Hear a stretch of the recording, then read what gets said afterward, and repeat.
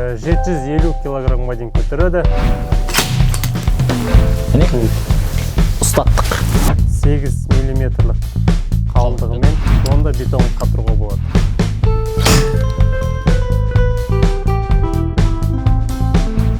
Қалыңдығы 5 миллиметр және оны бетонға ұстатайын деп жатыр. Қараңыз, міне ризасыз ба?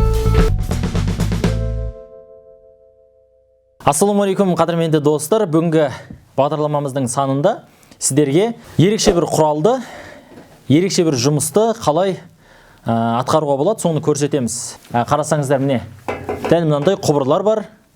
Осы құбырларды төбеге бекітетін мынандай шпилкалар бар. Оны қалай бекіту керек? Бізге қандай аппарат дәл осы құбырларды тарту барысында, ұстату барысында көмекке келеді, бұлайша айтқанда. Соны таныстырып өтсек. Бізде Маспро фирмасында сіздерге арналған CO2 деген құралы бар. Бұл CO2 құралы құбырларды бетонға және темір заттарға бекітуге арналған құрал бұл CO2. Темірге бекітуге, темірге. CO2 құралғысы ең басты осы құрал болады. Бұл құрал жаңағы немен пороховой порохпен жұмыс жасайды. Бұған арналған мынандай шегелері бар, қазір көрсетем жұмыс барысында. Ендігден бізге төбеге потолок дейді ғой, соған жұмыс істеген кезде бізге обязательно не қажет? Лиса қажет. Бұл CO2 құралғысымен ешқандай қиындық тумайды жұмыс жасаған кезде.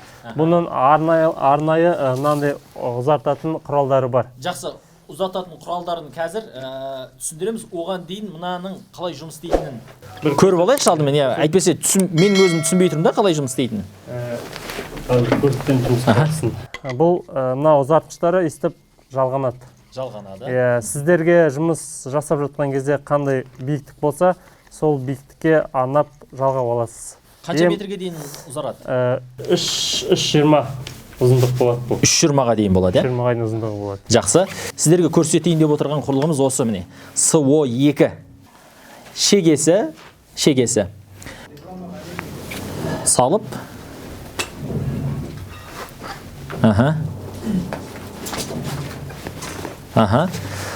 Саламыз да, енді осыны бірден бекіте саламыз. Бисмилля. Бисмилля. Мынаны қойдық. Мына жоғары қарай. Міне. Ұстаттық. Енді қараңыздар. Міне. 7 келі салмақты оңай көтеріп тұр. Енді қанша келіге дейін көтереді бұл? 750 килограммға дейін көтереді. Бірақ шпильканың өз сынатта шегесі орнында қалып қалады. Міне керемет, болды ғой, енді менің салмағымдай зат тілмейді ғой енді төбеге, ол түсінікті. Бұл вентиляция жасағандар. Вентиляция жасағандар. Енді қараңыз. Мынаны бүйтіп алуға болады. Және бұлай бұрап, осы тұрған жерінде бұрап салуға болады. Міне осындай аппарат біздің елімізде бар, келді. Дәл осындай аппараттар келді, ол бізге қол жетімсіз болды, сондықтан да оны өте үлкен компаниялар ғана пайдаланды, бірен саран онда да. Енді мына аппараттар бізге өте қол жетімді бағада келіп жатыр. Мысалы, ұзындығы 3,20 метрге дейін созылады. Сіз осы жерде тұрасыз, 3,20 метр жоғар жақтағы бетонға мынандай темірлерді оңай қағуға мүмкіндігіңіз бар. Және мына аппарат бұзылып қалады деп уайымдамайсыз. Бұл өзімен өзі тарс. Тек қана соққы жасайды. Чегесінің басында күкірт бар, сол күкірт жарылып, бетонға чегені қағады. Сондықтан да ешқандай уайым жеудің қажеттілігі жоқ деп ойлаймын. Және оны пайдалану керек. Рахат қой. Тағы қандай қызметтерді атқаруға болады бұмен жұмыстарды? Құрылыстан бөлек. Бұл жаңағы швеллер бар ғой, швеллерден 8 миллиметрлік қалыңдығымен сонда бетон қатыруға болады.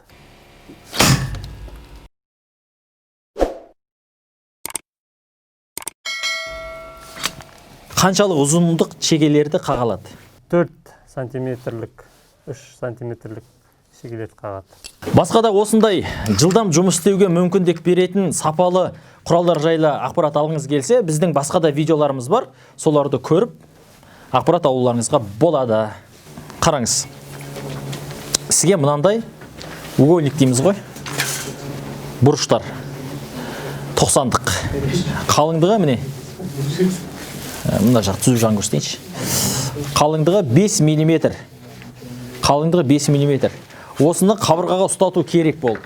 Төбеге ұстату керек болды. Еденге бекіту керек болды. Сіз не істейсіз? Мынаны тесу үшін дрельмен қанша уақыт тесесіз? Немесе сваркамен тесуіңіз мүмкін. Ал қабырғаға ұстатудың әуресін айтыңыз. Осыны ұстату үшін кем дегенде жарты сағат әуреленуі мүмкін. Қабырғаға ұстату үшін, е? Енді осыны мына СО2-нің, Маспроның СО2-сінің атында жаттап алдық. Аппаратымен ұстатып көрейік. Қанша уақыт алады екен? Қай жерге ұстатқанымыз тиімді болады бізге? Мына жерге, е? Мысалы, көрермендерімізге ыңғайлы болсын. Мен ұстап тұрайын, мысалы, е? Осылай ұстату керек. Арнайы жаңағы шегелер бар, патрондар дейді ғой. Арнайы бет саламыз. Жай әшейін қолының күшімен. Тоқтаңыз, асықпаңыз. Әшейін тақаймыз да и бас қыламыз. Мінекей. Ол адалды. Ризасыз ба? Мынаған ризасыз ба деймін? Міне.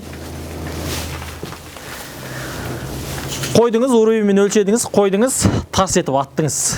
Перфоратор, токтар, айналайын, шаң болды, астына бірдеңке, төсе, ұста, әңгіме жоқ қой, болды. Бір шегемен қатырасыз. Бар осы, е? Бұл немен істейді енді мынау? Мынада бір нәрсе бар, жаңағыдай газ, батарейка бірдеңке бар ма?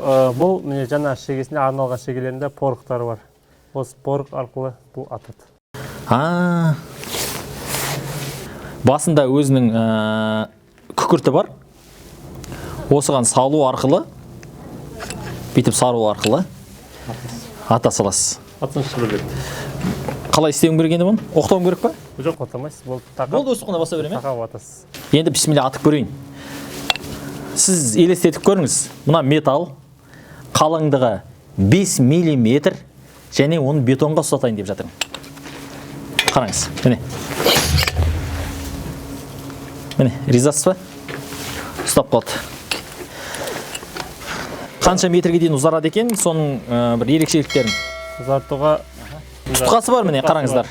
Тұтқасы бар. Тұтқасын шешеміз. Бұл тұтқасы қандай кезде қолдану керек тұтқасын? Бұл тұтқасымен осындай тік төбе емес қабырғаларға қолдануға болады. Қабырғаларға, е? Жерге қолдануға болады. Жерге қолдануға болады. Қолдануға болады, е. Оңайлы болады. Оңайлы. Е. Енді келесі бұларды ұзартайық. Бұл жаңа ұзын ұлықлары бар. Ұзартамыз. Керегінше ұзартып аласыз өзіңізге. Үйдің қабырғасы биіктігіне байланысты. Бүйтіп ұзартып ала береміз. Ұзарттық. Керегін алып аламыз. Өзімізге ыңғайлы. Енді мұна мен жаңағы биік 3 метрлік биіктіктегіні мұна басына шегесін салдық. Қойдықты көтеріп қалдық, тарс етіп атады, е? Міне, қадірменді менің сүйікті көрермендерім, осындай құрылғыларды, осындай аппараттарды, осындай саймандарды пайдаланатын болсақ, біз жұмысты едәуір ілгерілетеміз. Олай болса, осындай аппараттарды пайдаланайық. Қазақ Білсін арнасына жазылыңыз, лайк басыңыз, пікір қалдырыңыз, және басқа да біздің бауырларымызға бөлісуді ұмытпаңыз. Бізді қолдасаңыздар, біз сіздер үшін талай жақсы видеоларды түсіруге сөз береміз. Аман болыңыздар.